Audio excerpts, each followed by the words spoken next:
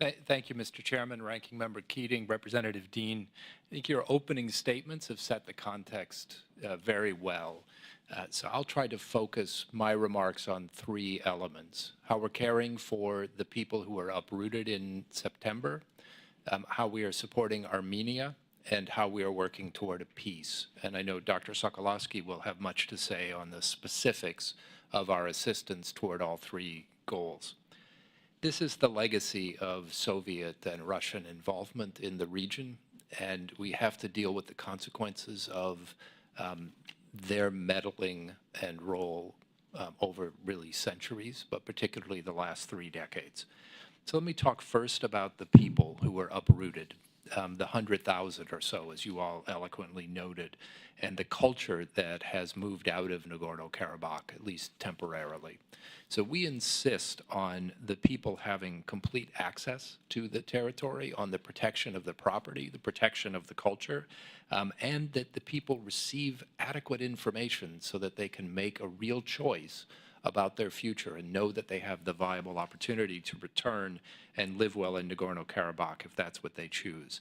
I'm encouraged that the UN and ICRC report that they have unimpeded, unrestricted access to Nagorno-Karabakh to verify conditions in the ground, and we're working to be sure that they are able to speak with the refugees inside Armenia so that there's clear and reliable information available to them. So there are two things we're doing. One is we want them to have a viable choice, to have the information and the rights they need to make decisions for themselves.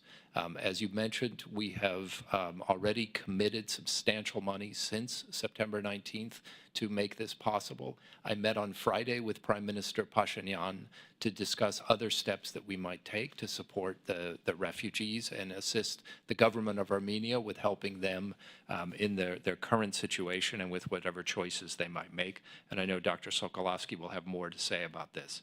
I also want to assure the committee that we are developing, at the Secretary's order, a comprehensive, thorough, and transparent record of what happened, not just on those days, but for the months before.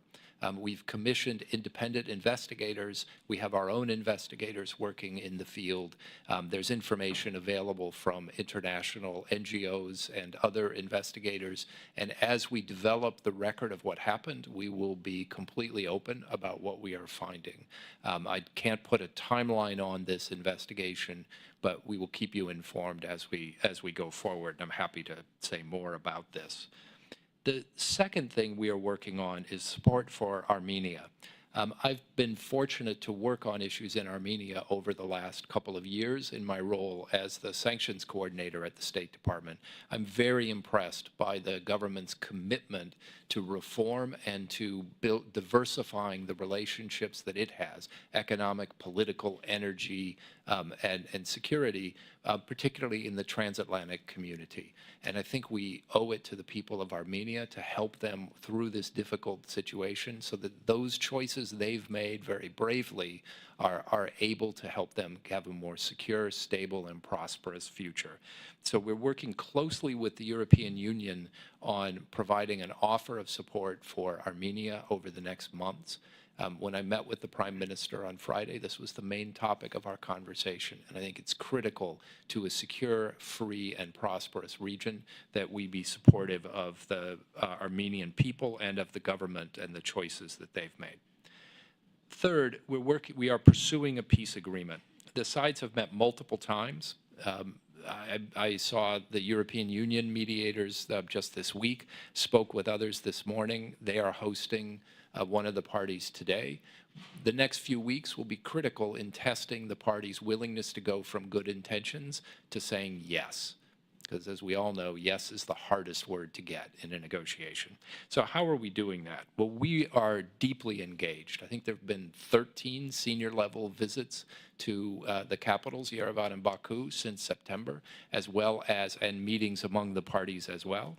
We're also deeply engaged with our Turkish colleagues as we go forward.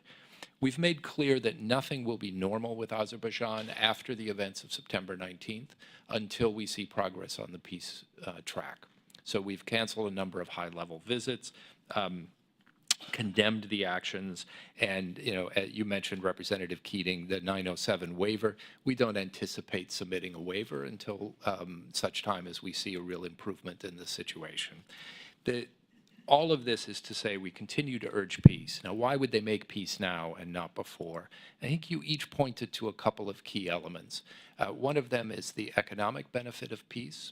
Central Asian countries are looking for new routes to get their goods to market. Those routes can run through Azerbaijan on to Georgia or down through Armenia to Turkey. We've said no use of force is acceptable. A transit corridor built with the involvement and consent of Armenia can be a tremendous boon to states across the region and to global markets who will receive access to these goods. A transit corridor created some other way by force or with involvement of Iran will, I think, be met with a very strong reaction and will not be a success. That's a simple choice. The other piece I think you've all touched on as well, it's the choice of what political relationships these states want to have in the future.